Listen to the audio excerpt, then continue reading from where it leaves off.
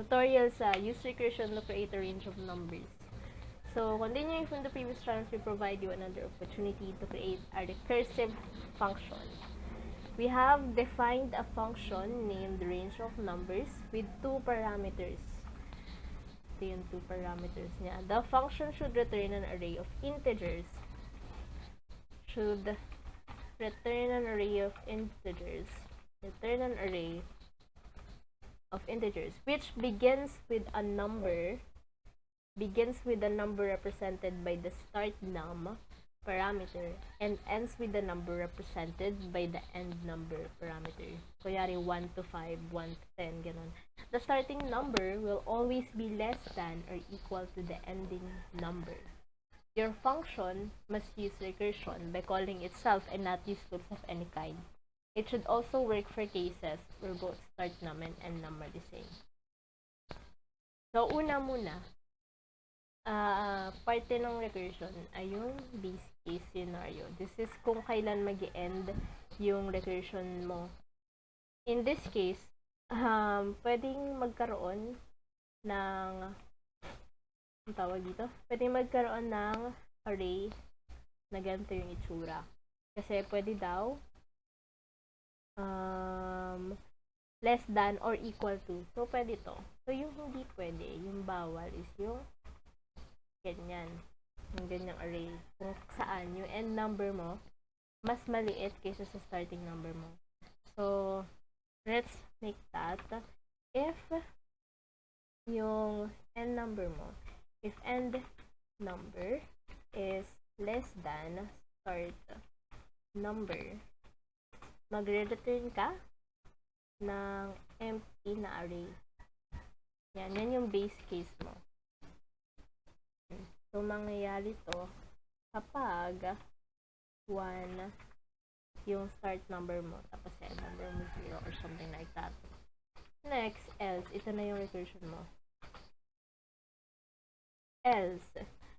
Let's start by defining an array. Constant array equals kopyahin natin tong function. So, ang recursion, kinocall na yung sariling function, ay yung kinol ko.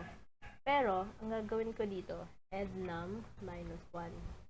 So, ang ginagawa kasi nito, end num minus 1.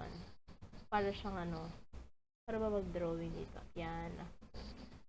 Yung function na to, constant array equals range of numbers start num and minus 1. Ginagawa niya, so, kunyari yung end num natin ay yung input natin ay 1 and 5. Ito yung start, tapos ito yung end. So, 1 and 5. Putang ina. Ano yan bracket yan Range of numbers start num and num minus 1. So, yung next na loop niyan, end num minus 1. Same pa rin yung start num, pero just yung end num, nabawasan lang isa. So, 1, 4. So, para siyang bumababa ka ng hagdanan. 1, 3. Yan, baba ka lang. 1, 2. 1, 2. 1, 1. Ngayon, hindi na siya pwedeng maging 1-0 kasi yun yung base case natin, diba? Bawal yun. Bawal. So, hanggang 1-1 lang tayo. Ngayon, yun yung ibig sabihin ito. Ngayon, since ito na yung natin, dito tayo nag-stop. Ito na yung bago nating end number. Gets? Ang gagawin natin, i-build up natin yung array mula dito sa sa pinaka huli bago mag-base case na 1-0, yung pinakahuli, pinakamababa bago mag-base case. I-build up natin ulit siya pataas. So, para siyang para tayong bumaba using this this line. Para tayong bumaba. Ngayon, naakyat na naman tayo. So, ang gusto niyang gawin, mag-construct tayo ng array made up of from this number 1 hanggang 5.